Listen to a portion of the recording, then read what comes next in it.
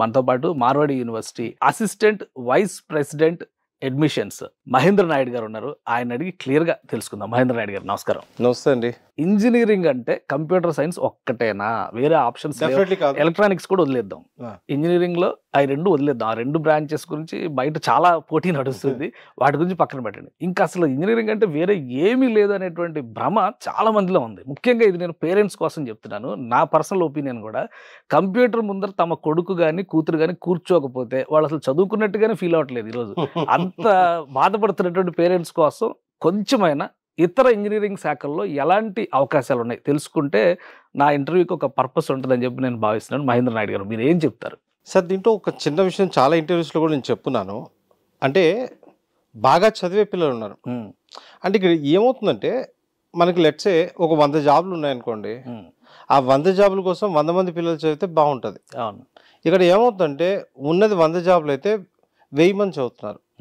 యాక్చువల్గా మనం చూసుకున్నట్టుగైతే ఈ టాప్ పర్సంటేజ్ ఉన్న పిల్లలు ఆటోమేటిక్గా రేపు పొద్దున జాబ్స్ వచ్చినప్పుడు కూడా వాళ్ళే ముందుంటారు. Right sir?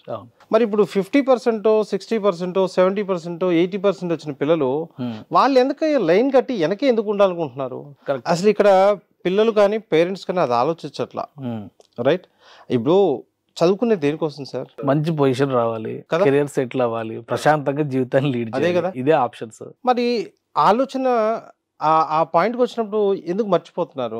నేనేంటి అనే ఎవాల్యుయేషన్ ఎందుకు చేసుకోవట్లేదు పిల్లలు? కరెక్ట్. ఒక కాంపిటేటివ్ స్పిరిట్ ఉంది. ఇప్పుడు నంబర్ 1 ఎవరున్నారో వాడిని ఓడించేయాలి మనం అనేటువంటి స్పిరిట్ తో వీళ్ళు పోటీ పడుతున్నాం అని అనుకుంటున్నారు. బట్ ఆ పోటీలో ఓడిపోతున్నారు అంటారా మీరు?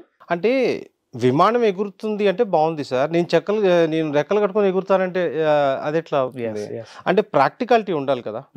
అంటే ఏదన్నా జనరల్గా మనం చూసుకున్నప్పుడు ప్రాబబిలిటీ ఎక్కువ వైపు పోవాలి, ఛాన్సెస్ ఎక్కువ ఉన్న వైపు వెళ్ళాలి. సో ఇక్కడ నేను అంటే 50 or 60% వచ్చినట్టు ఇంతవరకు సాఫ్ట్వేర్ ఇంజనీర్ కాలేదని చెప్పట్లా.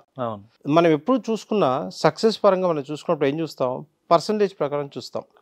99 వ్యతిరేకంగా ఉన్నప్పుడు ఆ 1% చూసుకొని 99 వాత పెట్టుకోవటం దేనికి అంటున్నా.